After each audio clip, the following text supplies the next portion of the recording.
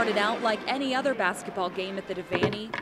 Mike Gates, an EMT and volunteer for the Red Cross, was there early to get the first aid station ready just in case.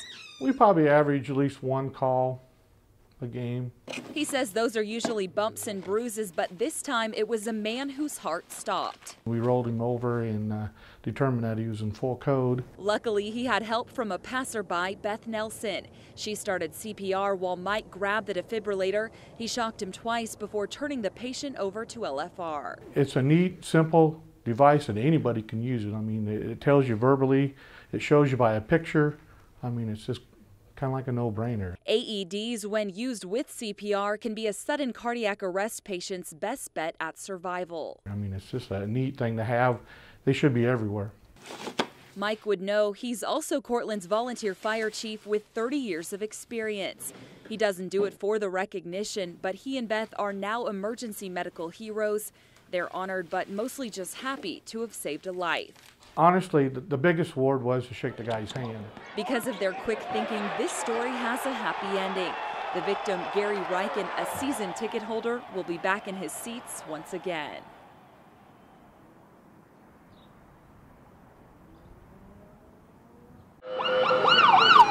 Sudden cardiac arrest can happen to anyone at any time. If it happens to be outside the hospital, the survival rate is less than 8%. A Lincoln man is on the good side of that statistic thanks to these two men. He wasn't breathing. He didn't have a pulse. Let's go back to February 2nd of this year. The high was 10 degrees, the low was -5. There were 3.5 inches of fresh powder on the ground. Outside, 73-year-old Ernie Rogman was blowing snow when his heart stopped. There was a couple of people around him at the time, but you know, nobody really seemed to be doing anything, so I stopped and got out of my car. It was that day at this intersection Andy Gallagher helped save a life. The Nebraska Wesleyan student was on his way to class. He was trained in CPR his first year of college, but this would be the first time he'd ever have to use it. Luckily, he wasn't alone. Rich Lichtenfeld, a volunteer first responder, was also in the area and felt compelled to help. And so at that point, Andy and I kind of worked together. Andy worked on his airway, and I started chest compressions at that time. Those compressions started Ernie's heart and kept it going until paramedics arrived. I spoke with him by phone. He knows had it not been for them, he may not be alive.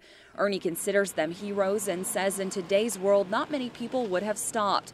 But because they did, his 3 kids, 3 grandkids, 2 great-grandkids, and his wife of 48 years still have him around. I mean, if I was in trouble and, you know, laying in a situation where I needed help, you know, I wouldn't want people just to keep driving by. I'd hope that somebody would, you know, stop and just check to make sure everything's okay. Somebody like a Good Samaritan. In this case, there were 2.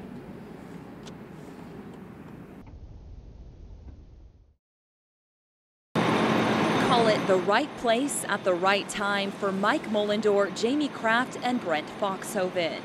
I think we just kind of all 3 saw it at the same time, and we instantly knew that something was wrong. The 3 LES workers were doing some routine switching in a parking lot near Baldwin when all of a sudden they saw a black cloud of smoke coming from the apartments across the street. I ran to the truck and grabbed our fire extinguisher and called 911, and Jamie and Brent ran straight to the apartment. There was a fireball coming out of the chimney, so like any set of heroes would do, they sprung into action. Right away we started pounding on windows and doors just to see if there's anybody in there, and then once we heard voices, that's when we decided that we would enter the building. When Mike arrived, he went inside a woman's apartment to find flames coming out of her fireplace and smoke rolling up the walls. I was still on the phone with 911 and was trying to put the fire out in the fireplace, and it finally went out, and all of a sudden it came right back down and blew flames back out at us. They then went across the hall to another unit and found a father holding his 2 kids. He also had a baby inside, so they told him to run to safety and promise to get the infant out, which they did. It didn't look bad from the inside, but from the outside, there's flames coming out the chimney, and we knew we had to get those people out of there. In fact, they got everyone out just as the fire department showed up to the scene. Their bravery saved many lives that day as they all escaped the blaze unharmed. Doesn't seem like it's anything that deserving of awards and everything else. It's just hopefully everybody would do the same thing for me if I was in trouble. 3 ordinary men, now extraordinary heroes.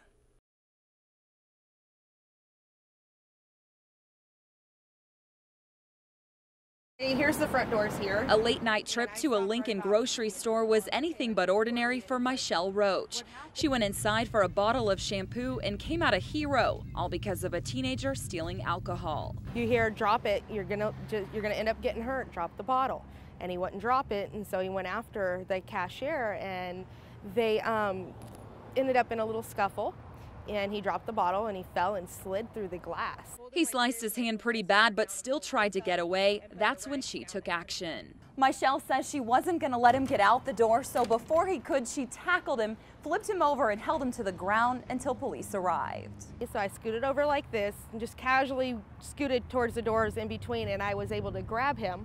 With his jacket, he flung sideways. While sitting on top of him, she noticed the gash and used her sweater to stop the bleeding. I'm like, you don't have any diseases or HIV or AIDS or anything like that, do you? He's like, no, I'm only 16. It was his age that compelled her to help. This mother of 4 let her instincts take over. It was, something good to do considering I'd been in trouble myself back when I was a teenager. And I was, I didn't want him to have to go through everything I went through, so might as well stop him now before he ends up hurting himself or somebody later. You got to look at it and just nod in appreciation at the good police work that Michelle Roach did in this case. She's not an officer, but she answered a call to action. You wake up in the morning, you know that you've been honored, and it's something that you feel really good about. And Lincoln police want everyone to know she went above and beyond. Yeah. You can see the smoke. It's amazing how dark the smoke really damage is. Pictures on a phone barely do it justice. Thank you. Thank you very much.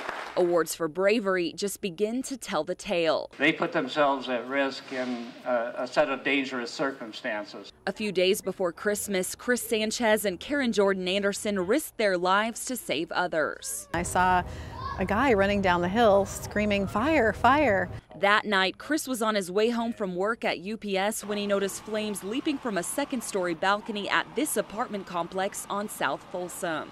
Went around to the front. That's when a gentleman came out of the building, and I said, open that door back up because there's a fire. He had no clue.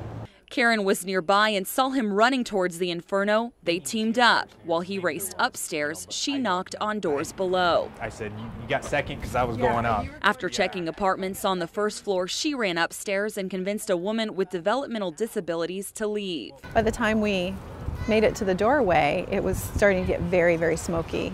Fire investigators say flames were seconds from that woman's door. I really believe that that lady would have been seriously hurt, if not critically hurt, in that fire. And just as we headed down the stairs, Chris came from the 3rd floor with a baby in one arm and an elderly lady on the other arm, and we all went down the stairs together. Everyone made it out safely thanks to their heroic efforts. And the story of selflessness doesn't end there. Chris then asked his UPS friends to open their hearts and wallets. I told them, it's right before Christmas, and I've seen these families lose everything they had. They gathered furniture donations plus $500 to help with presents for the families affected. So we loaded up, big brown UPS trucks and delivered those.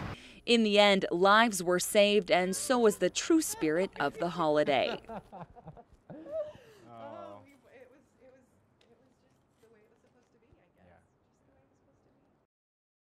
For our whole family, she meant a lot. Ask a Lincoln police officer about Vicki Berg and they'll tell you of her compassion, her unforgettable laugh, and how she could light up the room with her electric smile. They'll also tell you the 15-year veteran of the force was courageous, especially in her fight against cancer. Vicki had a beautiful head of long blonde hair, and when she lost that hair and still came to work every day, you just knew that there was a strength inside of her that I've rarely seen in my entire life. She never walked away from a challenge, and she had plenty of them. Vicki was a school resource officer at North Star. Those who knew her say she turned troubled kids into trustworthy teens. They confided in her, and she helped put them back on track. It would be very easy to just turn a blind eye to some of that stuff, and she would go out of her way to go talk to the kids where a lot of officers maybe wouldn't. When the school bell rang, her role as a mentor was just beginning. She took students back to her small ranch and put them to work painting fences, baling hay, anything to keep them on the right path. Do you believe in them?